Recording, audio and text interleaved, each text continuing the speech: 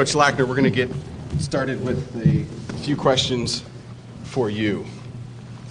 And yes, these were scripted by the SID because I would have never got this one, but I'm glad we're going to talk about it here for a minute. I wanted to recognize and congratulate you on being named to the inaugural Carnegie Mellon University Athletics Hall of Fame class, which will be inducted during homecoming weekend, October 25th and 26th, when Teal travels to Pittsburgh. Congratulations. Thank you.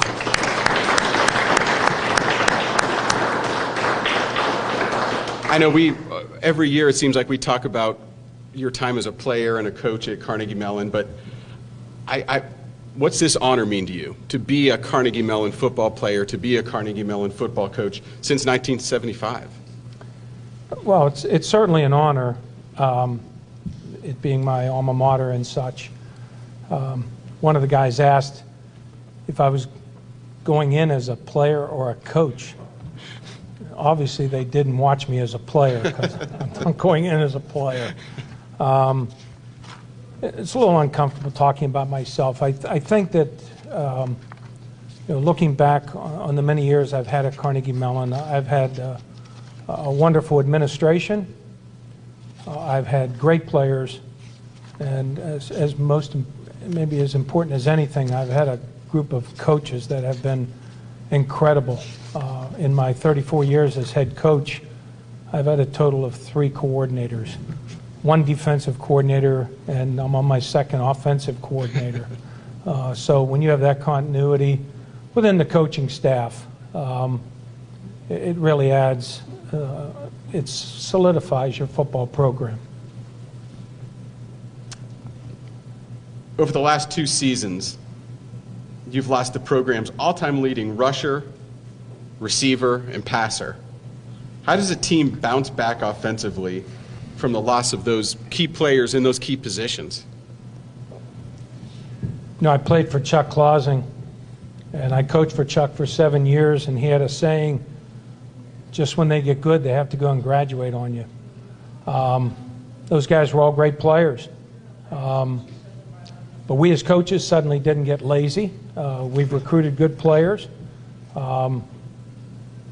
It's great when those guys graduate. They've had wonderful careers, but it's an exciting time for us as coaches because that's what we do. We bring up those young guys, we coach them, we try to make them better, and we try to make them record breakers themselves. And so it's an exciting time. We lose Alex Klein, and we've got some great young quarterbacks coming up through, and the competition will be great. And a young man named J.D. Dayhuff has shown great potential in the spring, and we're looking forward to coaching him. And we'll show up at MIT, and we'll have some players. Coach, talk a little bit about the areas you believe are going to be the strength of your team heading into 2019. Well, I'd say right off the bat, defensively, we lose very few kids young men on the defensive side of the ball. Young man to my left, Long Tran, happens to be a fifth-year player for us. He had a heart condition as a junior and missed that whole season. He finished up his academic work as a mechanical engineer, undergraduate work, his first semester senior year, so he started his graduate work last spring, and he'll finish up his graduate degree in mechanical engineering this December. So we're blessed to have guys like Long back, along with a lot of other great defensive football players. And the kicking game is solid. We've got a young kicker who was a freshman last year, did a great job. Offensively, we're excited with the young guys who are coming up through, like J.D. that I mentioned. We have a very good running back, Chris Haas. When Roy Hubbard went down with injuries last year, Chris Haas came in, did a great job. We have a couple of young running backs that are going to push Chris as well. We've got some great young linemen coming up through, and some fine receivers. So, I think it's going to be an exciting camp, and there's going to be some great competition, and we'll see how we make it out of camp. How can your team start quickly with your first 2 games being on the road before opening at home with nationally ranked W&J? What's your message going to be to your team going into those first 2 games? Don't worry about W&J. The only time W&J comes to mind is when we're praying for Coach Young. That's my only thoughts about W&J at this point. God bless Coach. And we played Geneva prior to W&J, and they're going to have a fine football squad, and we'll cross that bridge when we come to it. But we open up with a very fine MIT team. It was a 9-2 team last year that went to the NCAA playoffs, and they returned some great players. So we'll have our hands full with MIT, and so we're going to focus and concentrate on those folks up in Boston. Coach, last question for you, and you had mentioned, you talked a little bit about Long, but talk a little bit more about Long Tran and the importance he's had on your defense and on your program as a whole.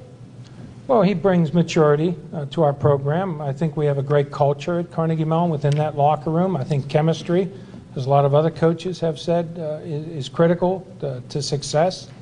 One of the parts of our culture is being unselfish, and it's never about me, it's never about my coaches, it's never about an individual player, it's all about us.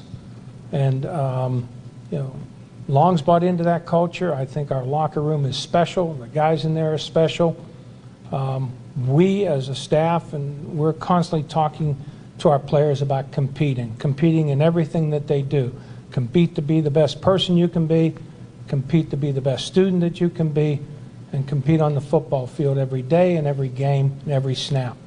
And Long's just a great example of that culture, and we expect him, like every other coach in this room, we expect him to be a great role model for those young guys coming in, and to continue and build on that culture year in and year out. Coach Lackner, thank you. Long, a couple questions for you. Coach had mentioned that you're returning for a 5th season after sitting out your junior year with a medical condition. Talk about how having that extra year has helped your play on the field and off the field. Yeah, I think that the extra year definitely helped me grow as a player on and off. Physically, obviously, another year gives you more time to prepare, run a little bit faster, lift a little bit more. But mentally, after that year where I wasn't able to play, you take this game and you really appreciate for what it is. And that has, personally motivated me to push a little harder, lead a little bit better, and do all the small things to really set my team up for success. And I think that those things, after having 4 years under my belt with an extra year coming up, has really helped me become the player that I am today. On the defensive side of the ball, you were one of 12 returners who saw starts in 3 games or more, as well as another handful of players that saw action in all 10 of your games. Talk about how the experience and the chemistry of that group can help the defense in 2019. Yeah, I think the experience is definitely going to be one of our biggest strengths going into this season. Like many coaches and players have said, the cycle goes where kids graduate, you kind of have to lock and reload. And I think we kind of have a good deal where guys have not only had the opportunity to play, but play in those big games and do big plays and make big plays. And when you kind of have that experience going into camp, and starting off with teams like MIT, Geneva, W&J, those guys know what it takes to win and the small things that they have to do.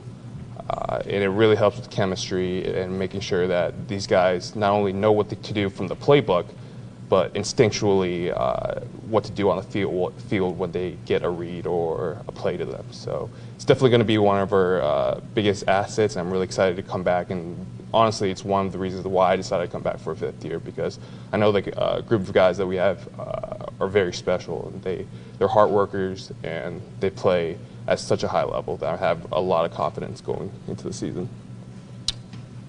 Before last season, the Tartans had played in 3 consecutive ECAC bowl games. What do you think this team has to do to get back to postseason play this year? I think, honestly, we just have to adopt pretty much a championship or bust mentality. I've been very grateful and blessed to be over 500 for my 4 seasons here and really compete with the top teams in this conference and even out this conference. But, being plus 500, 6'5", 7, 8 wins a year just isn't cutting it for me personally. I know a lot of the guys would feel the same way because they've been to the bowl games. So I think we are out to kind of make a statement this season, really show that we are one of the top teams in this conference.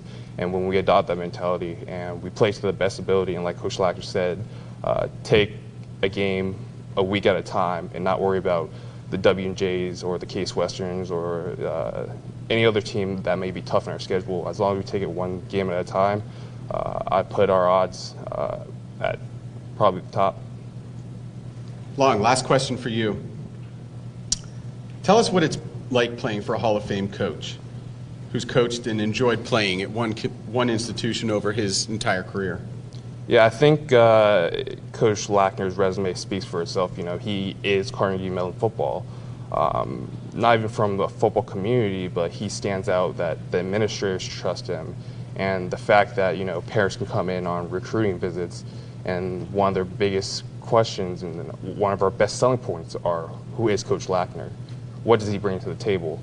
And I've been fortunate enough to do a few player panels, and the response from any player that's asked that question, he's great. He's like a second dad, home away from home. And when you kind of have that environment that he set for these 30-plus years, everyone trusts him from the day they commit to the school to the time they get their diploma, and even beyond. And I think that's really a great blessing to have for a program like this. And it's really something I think is rare because his tenure has been here at CMU for so long. And I think that it's great, and we really rally behind someone like Coach Lackner. And sometimes you really think he's going to put on a helmet and kind of run off on kickoff. But he's been great, and we definitely love playing for him. And he's one of our biggest motivations why we want to win so much that we do. Coach Long, thank you, gentlemen. Carnegie Mellon opens its season Saturday, September 7th at MIT.